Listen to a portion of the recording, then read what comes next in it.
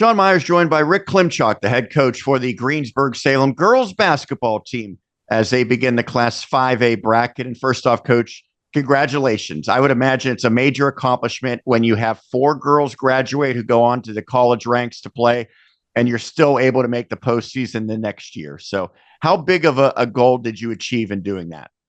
A really big goal. The other thing too, Sean, was we got bumped up from 4A to 5A. We were the smallest school in the whole 5A classification, and I think there's 30 teams in 5A, and it's brutal this year. 5A is brutal, top to bottom. So that was a goal. Our goal was one of our big goals was to make the playoffs this year, and we did. And I think a big thing for us was our second half turnaround, because Sean, I always tell the girls, the first half of league play and the second half of league play don't always follow script. So we were 2-4 the first half. In the second half, with big wins at home against Kiski and Indiana, I'm sorry, Kiski and Latrobe, we finished 4-2, and that was the big boost getting us in. It certainly was a little bit of an eye-opening outcome when you knocked off the Wildcats. It was a tight game. You then followed up with another very tight game against West Mifflin. As a result, we named you our team of the week on our podcast.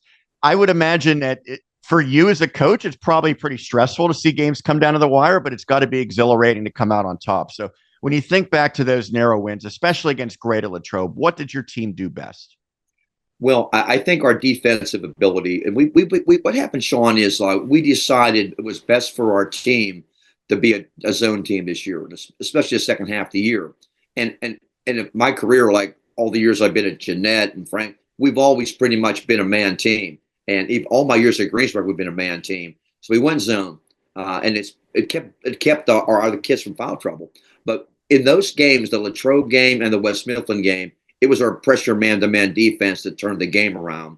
We got a great effort from little Bella Dinkle, the volleyball star, who was dynamic down the stretch defensively against Latrobe. Just one of a lot of contributors that night. Well, you talk about contributors, and I was really impressed by Maya Heasley. I know she has filled it up this year. And so she's probably a player that you lean on in terms of putting the ball in the hoop. Who else do you think will be crucial? Because you can kind of count on her, but you need secondary players to step up if you're going to have success in the postseason. Who are you looking at to fill those roles? Well, the one girl that has really come on later in the year is a veteran of ours, Blessing Gant. Blessing is a true post player, and through NBA, through college, through high school, you don't see a lot of true post players out there anymore. A lot of these fives, we call them, numerically a five in basketball, want to step on the arc or go to the rim. But she's a true low block kid. So she's a girl who I think the last couple games, she's gone 19 and 15 for us, and is a threat to score. And we have a couple other people, a couple of our wings, freshman Vienna Javicki and sophomore Sophie Beckerleg. I'm looking for them to contribute even a little more in our playoffs. So it is a 16-team bracket. You get seed number 16. That means you go against the top seeded and defending champion South Fayette Lions. How did the seeding align with your expectations of what it could be? I thought we would be in that 14, 15, 16 spot.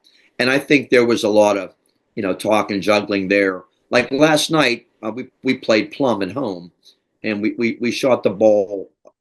We played really well, but we shot the ball poorly in the game, missed some layups, missed a bunch of threes. We lost by 4 points, had a chance to tie late. And Plum got the 14 seed. They could have easily flipped us, but we weren't going to really get any better than 14, 15, or 16, and we couldn't play Penn Trafford, of course, because they're a league team. So it came down to us getting South Fayette or Peters. Pick your poison. They're both two really good teams.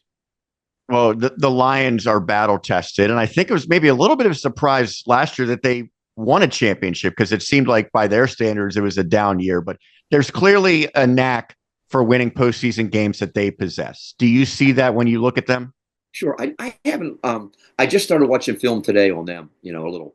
And what gets you there is their length, their ability to defend you and then transition you. and also but they just have great size and a bunch of seasoned kids, seasoned AAU kids that are out there on the circuit all summer playing, and they're coached well.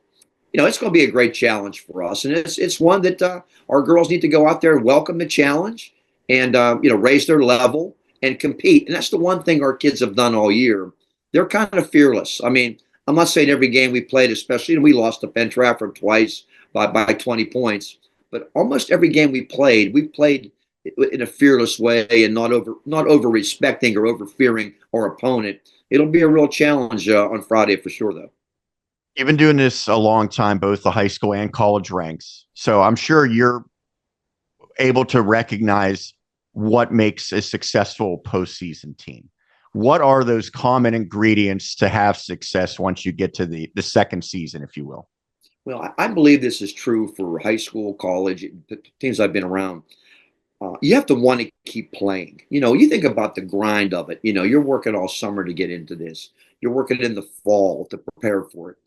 The season comes here, and you have to, during the year, taper a little bit here and there, keep kids fresh, keep them enthusiastic about it. And we talked about last year's team, which was probably our best team we had at Greensburg.